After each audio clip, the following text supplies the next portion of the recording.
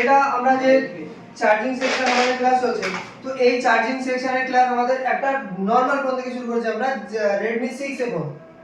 কি শুধু 6 বলে 6 এ নয়, এর চার্জিং আইসি আর এর পাওয়ার আইসি যে মডেলের আর এর যে টোটাল কন্ডিশন, এই টোটাল কন্ডিশন এই আইসি সঙ্গে যত ফোনের সঙ্গে ম্যাচ করবে সব ফোনে একই কন্ডিশনে চার্জ হবে। এমন নয় যে 6 ফোন বলেই তো 6 ফোনের এই চার্জিং সেকশন এটা, এরকম নয়। এই 6 ফোনের চার্জিং সেকশন 9 এর সঙ্গে ম্যাচ করছে, Realme 3 এর সঙ্গে ম্যাচ করছে, Realme, Oppo, Vivo, MI, maximum ফোনে যত ফোনে 63 57 সিআর মিলে গেছে ম্যাক্সিমাম সব ফোনের জন্য একই কন্ডিশন আছে। ঠিক আছে, তো এখন কন্ডিশন হচ্ছে আমাদের এটা 6 এ ফোনে রেখেছি, তো 6 এর হিসাব থেকেই বুঝি বা ইউনিভার্সাল হিসাব থেকে বুঝো। মেন একটা B2B কানেক্টর আমাদের এখানে রয়েছে। B2B কানেক্টরের আগের কন্ডিশন কি সবাইকে জানা আছে? জানা আছে, ক্লিয়ার? তো আমি তার আগে যাচ্ছি না, এখান থেকে শুরু করি তাহলে মাদারবোর্ড থেকে। ভিবাসের 5 ভোল্টেজ আছে 1 নম্বর 2 নম্বর আর 29 আর 30 নম্বর পিনে আসছে আমাদের চার্জের 5 ভোল্ট। ওই চার্জের 5 ভোল্ট এসে সবার ফার্স্ট একটা টিপি 14 নম্বর টিপি 14 টেস্ট পয়েন্ট, মানে এখানে 5 ভোল্ট আসে কিনা আমরা চেক করতে পারি। আর ফের একটা টিভিএস ডায়োড এখানে লেগে রয়েছে। টিভিএস ডায়োডের কাজ কি বলেছি? ফ্রিকোয়েন্সি গ্রাউন্ড করা, বা যদি ওভার ভোল্টেজ আসে ওভার ভোল্টেজ কি গ্রাউন্ড করা। তারপরে কিছু ক্যাপাসিটর লেগে রয়েছে, ক্যাপাসিটরের একদম ডিনোটিং লেটার থেকে সবকিছু এখানে লিখে দিয়েছি। ঠিক আছে, একটা রেজিস্টার লেগে রয়েছে, এগুলো তো ফিল্টার করছে ভোল্টেজ, এসি পাস ফিল্টার করছে। রেজিস্টার লেগে রয়েছে, রেজিস্টার এটা 47 কিলো ওহমস এর রেজিস্টার। কি রেজিস্টার হয়? Feedback register.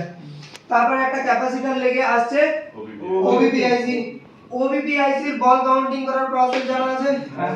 এখানে যে কাউন্টিং গুলো করা আছে কার? তোমরাই করেছো। কাউন্টিং করার পর C1 C2 আর B, C1 C2 আর B2 তে ইন হয়েছে 5 ভোল্ট, আউট হচ্ছে B1 A1 আর A2 থেকে আউট হচ্ছে, আউট হয়ে একটা ESD টিভিএস ডায়োড লেগে রয়েছে, একটা ক্যাপাসিটর লেগে রয়েছে। তারপরে এখান থেকে চলে যাচ্ছে আমাদের চার্জিং আইসি তে। চার্জিং আইসি তে ইন হচ্ছে A1 A2 A3 তে, চার্জের ইন 5 ভোল্ট। ফের একটা E2 তে ইন হচ্ছে চার্জের 5 ভোল্ট। যখনই চার্জের 5 ভোল্ট ইন হয়েছে তো এখানে চার্জিং এর পি গ্রাউন্ড রয়েছে তিনটে, special ground D1 D2 D3। এই স্পেশাল গ্রাউন্ড চার্জিং এর জন্য, শুধু কারেন্ট আসলেই হয় না, গ্রাউন্ডও জরুরি।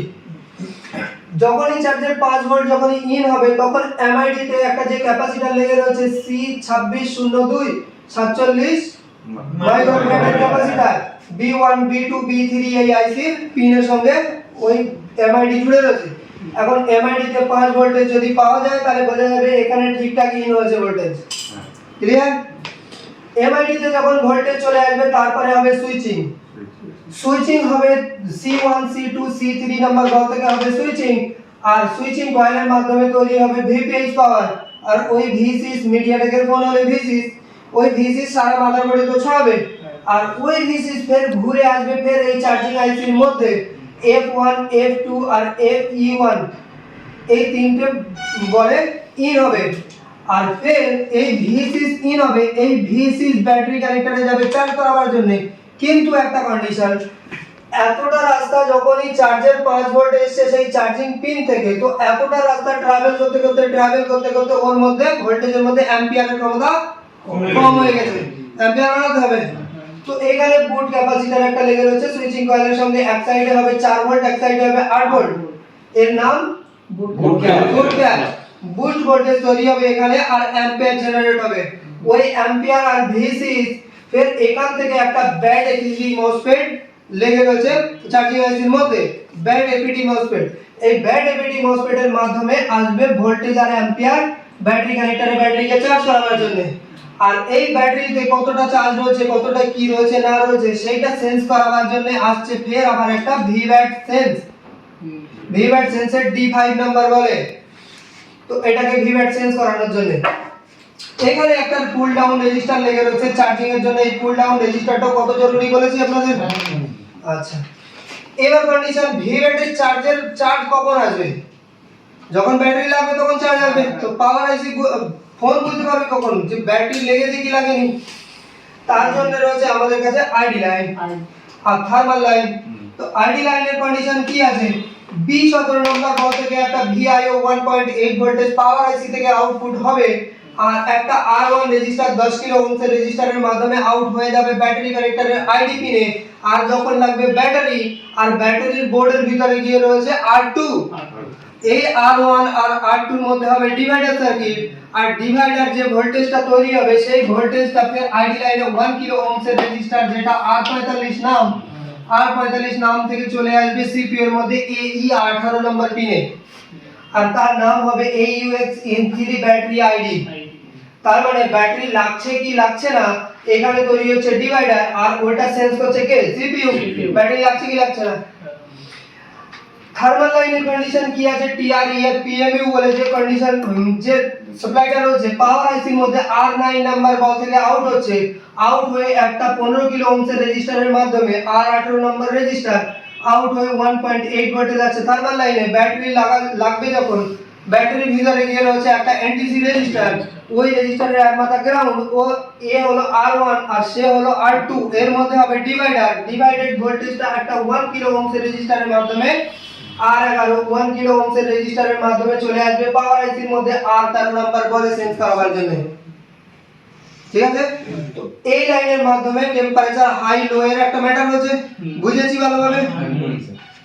ঠিক আছে, এখন কন্ডিশন ব্যাটারির প্লাস লাইন তো বোঝা হয়ে গেছে, আইডি থার্মাল লাইন বোঝা হয়ে গেছে, এখনো ব্যাটারির গ্রাউন্ড বাকি আছে। তো গ্রাউন্ডের কন্ডিশন কি আছে, এখান থেকে এখানে ডাইরেক্ট গ্রাউন্ড নেই, এই গ্রাউন্ডের সাপ্লাই একটা বেরিয়ে একটা রেজিস্টার লেগে রয়েছে যেটা রেজিস্টার কোড রেজিস্টার বা সিএস রেজিস্টার। এই রেজিস্টারের ভেতরের পিট থেকে এই রেজিস্টারের নাম্বার কত R12 লোকেশন কোড আর 0.01 ওহম। এর ভেতরের পয়েন্ট থেকে আছে CSN আর এ আসছে পাওয়ার আইসির মধ্যে R10 নাম্বার বলে। CSN মানে সেন্স নেগেটিভ, R10 নাম্বার বলে গিয়ে পাওয়ার আইসির নেগেটিভ সেন্স করছে।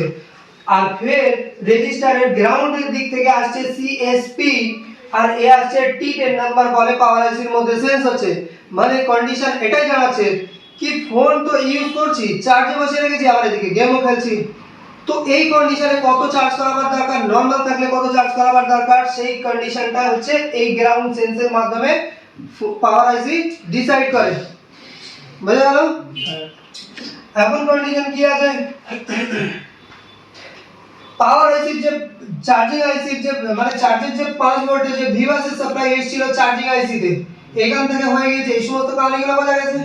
এইবার ওই ভিভাসের সাপ্লাই আবার এখান থেকে আসছে একটা 7.5 কিলো ওহমস এর রেজিস্টারের মাধ্যমে, আর 22-24 নাম্বার একটা রেজিস্টার আছে, সেই রেজিস্টারের মাধ্যমে 7.5 কিলো ওহমস এখানে রয়েছে R1, আর পাওয়ার আইসি ভিতরে যে লেগে রয়েছে R2। এই R1 আর এই R2 এর মধ্যে এর ভিতরে কত রেজিস্টার লেগে রয়েছে ক্যালকুলেশন করে কত বেরিয়েছে 1.39 না 2.8 না 0.9 না কত ক্যালকুলেট 9.5 হ্যাঁ 9.5। তো পাওয়ার আইসির মধ্যে ওই রেজিস্টার লেগে রয়েছে, এ হলো R1 আর ভেতরে পাওয়ার আইসির মধ্যে হলো R2, এই দুজনের মধ্যে হবে ডিভাইডার, আর ডিভাইডার ভোল্টেজ তৈরি হচ্ছে 2.8 ভোল্ট। আর এই চার্জ এলডিও সেকশনে গিয়ে এলডিও সেকশনটাকে অ্যাক্টিভ করবে। অনেক সময় এই ধরনের প্রবলেম আসে, যে প্রবলেমগুলো যে ফোন বন্ধ থাকা অবস্থায় চার্জ হয় না কিন্তু অন করে দিলে চার্জ হয়, তো এটা এই লাইনের ম্যাটার আছে, এটা বলেছি। ভিভাসের সাপ্লাই আবার একটা ডিভাইডার সার্কিট, একটা 330 কিলো ওহমস এর আর 22 নাম্বার রেজিস্টার 330 কিলো ওহম, আর R2 যেটা লেগে রয়েছে সেটা হলো R2223, আর এটা হচ্ছে 39 কিলো ওহমস এর রেজিস্টার। এখান থেকে আসছে 5 ভোল্টেজের সাপ্লাই R1 আর R2 এর মধ্যে হচ্ছে ডিভাইডার সার্কিট, ক্যালকুলেশন করে কত বেরিয়েছে 0.52 ডিভাইডেড ভোল্টেজ আসছে পাওয়ার আইসির মধ্যে T11 নাম্বার পিনে, আর এই পিনের নাম হলো VCDT, তার মানে ভোল্টেজ চার্জ ডিটেক্ট ট্রিগার। তার মানে চার্জের ভোল্টেজটাকে প্রথমে ও ডিটেক্ট করবে আর তারপরে ট্রিগার করবে, তারপরে গিয়ে চার্জ হবে। এই লাইন যদি কেটে যায় বা এই রেজিস্টারের ওহমস বেড়ে যায় তাহলেও কিন্তু চার্জ কোনোভাবে শো করবে না। ঠিক আছে, সমস্ত লাইন চেক করে নেবে কিন্তু কিছুই হবে না। এই ভিসিডিটি লাইন আগে সেন্স করবে তারপরে ট্রিগার করবে। তাহলে এই পর্যন্ত মোটামুটি বোঝা গেল। এবার কন্ডিশন কি আছে, ডিএমডিপি সাপ্লাই থাকে সেই চার্জিং পিন পর্যন্ত।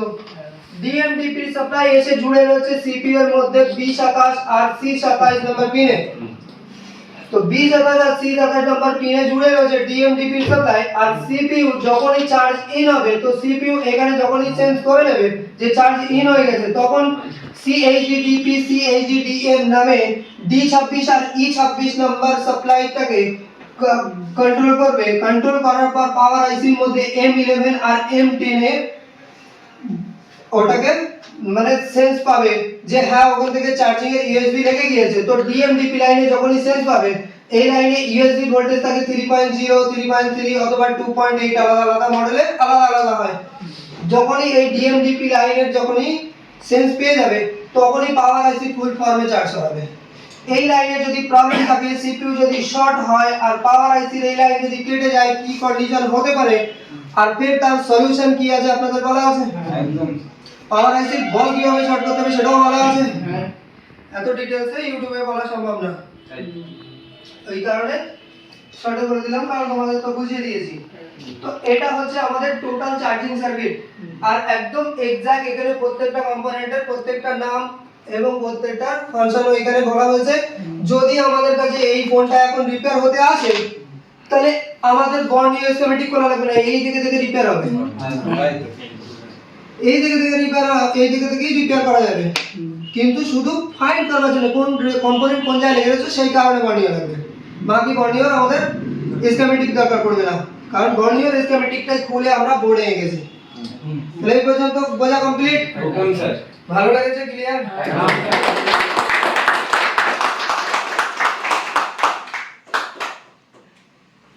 আর ভিউয়ারদের জন্য বলছি যে আপনারা যদি কোর্স করতে চান তো আমাদের কাছে আসতে পারেন, এসে ডেমো ক্লাস নিতে পারেন। ডেইলি আমাদের কাছে 2-3 জন এসে লাইভ প্র্যাকটিক্যাল ক্লাসে ডেমো ক্লাস নেয়, আর নেওয়ার পর তারপরে ওনাদের যদি ভালো লাগে তো ওনারা সিট বুকিং করে যান। আপনার যদি ভালো লাগে আপনি আসতে পারেন। আর ফের এটাও বলে দিই যে জানুয়ারি মাস থেকে আমাদের ফিজ আপ হওয়ার কথা রয়েছে। যদি বুক করাবার থাকে, যদি ভাবছেন তাহলে এখনই বুক করে নিন, নাহলে জানুয়ারি মাস থেকে আপনার ফিজ বেশি লাগতে পারে।